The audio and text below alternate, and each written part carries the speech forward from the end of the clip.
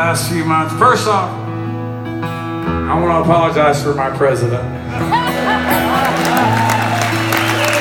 He is my president because it is a democracy. We elected him, but damn. But anyway, so because of a lot of things, we've figured out what we're going to be doing for the next couple of years. So I thought I'd let y'all in on it. A lot of people ask me why this last record wasn't more political than it was, and the answer to that is really simple. That when I was writing the songs for the last record, I didn't know this was gonna fucking happen. And neither did anybody else. Neither did he, obviously. But it did.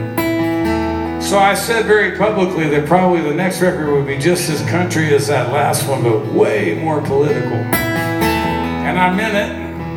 And I set about writing that record immediately. And that's still the plan, but timing's important. And so are certain obligations that you feel like you have in life. So the plan is this. We're gonna keep touring for the rest of the summer and take a break sort of for about a week in Nashville in August. And we're gonna make a record of Guy Clark songs.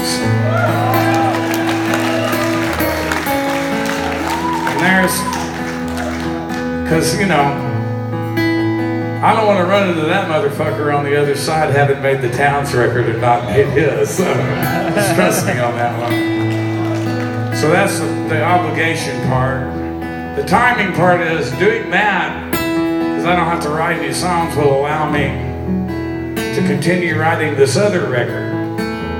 And for one thing, it'll be able to come out late in 2019 or early in 2020. That's the timing part. But I also want to write it very carefully. I know how to write a record that preaches to the choir. I've done that before. I want to make a record that speaks to, and maybe if I'm really careful and I really listen while I'm traveling around while I'm writing it, because I will be, speaks for some of the people that maybe voted for Donald Trump but didn't necessarily have to and don't have to next time. That's the record I want to make. So that's what I want to try to do. It's you know, try hard. Everybody will tell you why it happened, and we just woke up feeling sort of like a lot of people did the day after the Brexit referendum. Went, what? I think a lot of what happened in my country was, you know, yeah, there were Russians involved. There's not any doubt about that. We need to find out what's up with that. But it was kind of a perfect storm. It was also people that were just voting for something different because all they could tell was no matter what the little lines that run across the bottom of the TV screen say, their lives weren't getting any better. And there were also a lot of people like me, hardcore, unapologetic lefties, which I still am. And they stayed home because, you know, they supported Bernie Sanders like I did right to the end. And then when he didn't get the nomination, they couldn't bring themselves to vote for the other candidate. Now what I did was I voted for Hillary Clinton because that's what I knew was necessary. But I get it, I understand. But the truth is, when the pussy grabbing came down, a lot of people like me said, oh, he's toast. I don't have to go out and vote. It gets really fucking quiet when I say that part back home. So, you know, I get it, but, you know, the truth is I'd like to think that a vote is you know, an expression of my political heart, but it's not, folks. It's an integer. It's an entry into an equation. It's fucking math, and there is a consequence. So,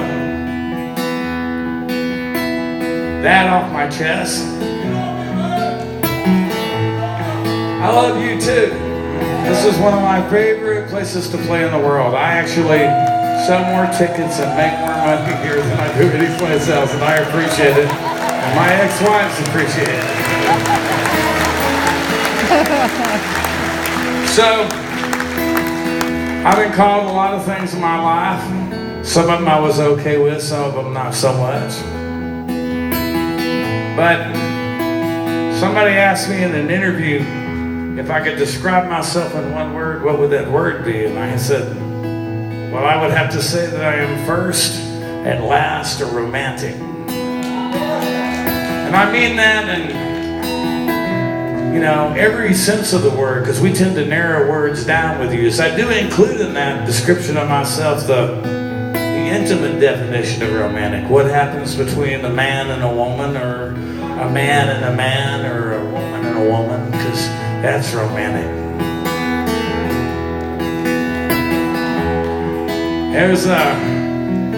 I also mean big romantic, like Don Quixote shit, like you got a dream, everybody tells you there is no fucking way it's ever gonna come true, and you just keep dreaming it until it does. That's romantic. Now it's obvious that I'm better at one kind of romantic than I am at the other, at least in the long run. But all I was trying to do is what my parents did, because my folks were together until my dad passed away 12 years ago. Almost 53 years. That's romantic as hell. I just wanted that. But I probably ought to call it. And now my therapist says that I intentionally seek out women that I couldn't possibly succeed in a relationship with, because I really want to be alone.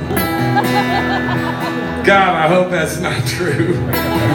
Because it sounds like a lot of fucking work to me. But if it is, I am 63 years old. And I have grown to rather like sitting wherever I want to when I go to the movies. And being on time. And I can watch all the fucking baseball I want to.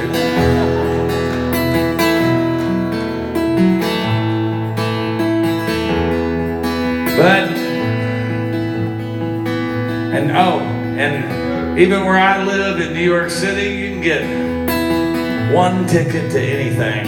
And I've seen Hamilton 3 times. But somebody said, never say never. Never give up. Shows to go you never can tell. When Chuck Berry said that.